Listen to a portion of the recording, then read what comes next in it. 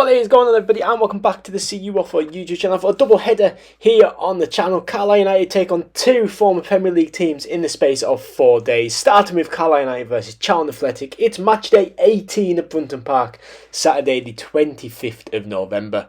It is a 3 o'clock kickoff, and if you want the Matchday predictions for Matchday 18, they're around the 6 minutes and 17 mark. But as I said in the introduction, it is a double header. We also take on Reading in Matchday 19 in the Bday Stadium, Tuesday the 28th of November. That's at 8 o'clock kickoff. And if you want the Matchday predictions for that, go to around 7 minutes and 14 seconds. So let's get straight in then with meeting the opposition, starting with the team we play on Saturday, Charlton Athletic. What a game this should be. Brunton Park looks absolutely packed at the moment. Obviously, hopefully some big news coming before or during that game. So it's going to be a very nice Saturday, I think, if you're a Blues fan. But let's meet the opposition then. Charlton were founded in 1905, so they are 1 year younger than Carlisle United. And their manager is Michael Appleton. Their stadium is the Valley, which holds 27,111. It's 315 miles one way, 630 round trip, and it's 5 hours and 35 minutes in total. Last season they finished 10th with 62 points, and they currently sit 11th with 22 points. Their previous 5 games was a 2-2 draw against Portsmouth. They got a 3-2 victory away at Wigan, a 2-0 home defeat against Bolton, 3-1 defeat on the road against Lincoln, and then beat Reading 4-0 at the Valley. So a bit of a mixture of results there for Charlton. 1 draw, 2 wins and 2 losses. And it's not bad form, you know, mid-table, 11th place. It's the form you expect from a mid-table team, you know, a bit of everything, a win, a draw and a loss. I think it's going to be a good game on Saturday. I don't think I'm confident in Carlisle winning the game, but you know, with a big crowd and some news and an atmosphere, you just never know. Look at Bolton away, everyone was really pumped for that, the atmosphere was great, and we beat them. But let's meet the opposition in Reading then. They were founded in 1871. Their current manager is Ruben Sellers, of course, of Southampton last season. I was a bit surprised when he signed for Reading. I thought Southampton would give him a pop in the Championship. I know obviously he got relegated and stuff. But anyway, their stadium is the Bday Stadium. That holds 24,161 miles to miles from stadium to stadium. It is a 614 round trip. So good luck to anybody making that trip on the Tuesday night. Fair play to you all. And it's just under a 5-hour journey one way. Last season they finished 22nd in the Championship, getting relegated with 44 points. And they currently sit bottom of the league, 24th position with 7 points in League One. Of course, I've got a lot of trouble with not playing players and HMRC and everything, so you would like Carlisle to go down there and hopefully get a result against a struggling team. Charlton beat them 4-0. And then their previous 5 games, Reading won Fleetwood 2, which is a game that, you know, Fleetwood are in that relegation fight as well. Portsmouth beat them 3-2, a 1-1 draw against Bristol Rovers, and a 3-2 defeat at the hands of Shrewsbury. So a couple of teams in and around this sort of relegation zone. You got Rovers about 15th position, Shrewsbury not far off it as well. And they play Wickham on Saturday. Now, I did this as a double header because I didn't think there was much point bringing this out on Sunday night because it doesn't give it enough time for people to be able to watch the video Sunday to Tuesday. So I thought I'll do it as a double header and change it up a little bit.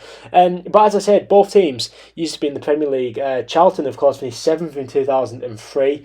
And they had a good sort of 7 to 8 year stint in the Premier League. And Reading had that one season in 2012, 2013. Adam Lafondra, what a player he was for them. But looking at the head-to-head, Carlisle and Charlton, doesn't look good from a Carlisle perspective. They got that 1-3-1 win in 2011, but other than that, it's mainly a win for Charlton quite comfortably as well. Apart from that 4-3 game, that looked quite a good game. And then Reading, that's our entire history against Reading that I could find. 1982, the last time we played Reading, and that was a 2-2 draw. We've only played them 10 times in our history, so that's quite crazy. But there you see, the player to watch for Charlton is Alfie May. 12 goals in 15 games this season. What a signing he's been from Cheltenham. Cheltenham are obviously struggling with all his goals, and Charlton are reaping the rewards of that. And then for Reading, we've got Charlie Savage, who, of course, Robbie Savage's son, but will know Dylan McGeoch quite well, as he featured in that Forest Green side last year. They got relegated, but he's got 2 goals and 1 assist in 15 appearances this year for Reading. So yeah, they're the players to watch. I couldn't pick one for Carlisle, just on the basis of really, I would have to pick two because it's two separate games, and I don't know what's going to happen on Saturday. So, I didn't want to pick a player to watch. But they're the players I've picked from Charlton and a Reading perspective. This is going to be my starting lineup. I'd probably go with this for both games, but again, I can't predict what's going to happen after Saturday. I don't know what's going to happen in Saturday's game. I went with Thomas Hawley, Ben Barkley, Sam Novell as captain, Corey Whelan, Jack Armour, Owen Moxon, John Mellish, Dylan McGeoch, Joe Garner, Jordan Gibson, Terrier Blade to start. That could be a 4-3-3, it could be a 5-3-2. There's options for both there. You could play as a 4-3-3 with a Blade and Gibson on the wing, or you could put it into a 5-back with Mellish dropping into centre-back and having McGeoch and Moxon in the midfield with maybe a sort of a Jordan Gibson in centre attacking midfield, centre forward role.